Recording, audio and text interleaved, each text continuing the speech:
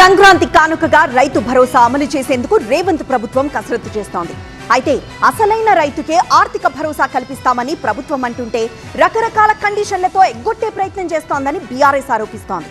ఇంతకీ రైతు భరోసా అమలుకు ప్రభుత్వం ఎలాంటి నిబంధన పెట్టబోతోంది?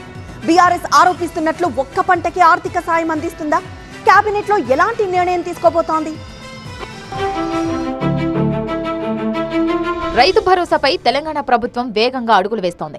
సంక్రాంతికి రైతు భరోసా నిధులు విడుదల చేస్తామని ఇటీవల అసెంబ్లీ సమావేశాల్లో ప్రకటించిన రేవంత్ రెడ్డి ప్రభుత్వం ఆ దిశగా స్పీడ్ పెంచుతోంది. సంక్రాంతికే రైతు భరోసా ఇవ్వాలని కేబినెట్ సబ్ కమిటీ కూడా తీర్మానం చేయడంతో విధి విధానాల రూపకల్పనపై దృష్టి పెట్టింది ప్రభుత్వం.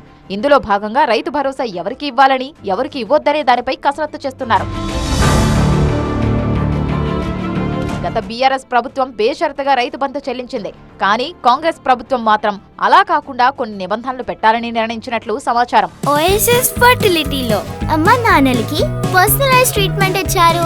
In the good hands of science. Mummy daddy అవ్వాలంటే ఓఎస్ఎస్ కి కాల్ చేయండి. అందులో ప్రధానంగా సాగు చేసే భూములకు మాత్రమే రైతు భరోసా చెల్లించాలని, దాంతోపాటు ఎకరాల విషయంలో కొంత కటాఫ్ పెట్టాలని నిర్ణయించినట్లు తెలుస్తోంది.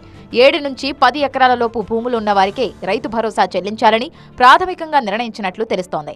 గూగుల్ డేటా, శాటిలైట్ ఆధారంగా సాగు విస్తీర్ణం లెక్కించేందుకు పలు కంపెనీల నుంచి డేటా సేకరిస్తోంది. అలాగే ట్యాక్స్ పేయర్స్, ప్రభుత్వ ఉద్యోగులను రైతు భరోసా అనర్హులుగా ప్రకటించాలని సూచనప్రాయంగా నిర్ణయించినట్లు తెలుస్తోంది. ఈ అంశాలపై జనవరి 4న కేబినెట్ భేటీలో చర్చించాలని నిర్ణయించారు.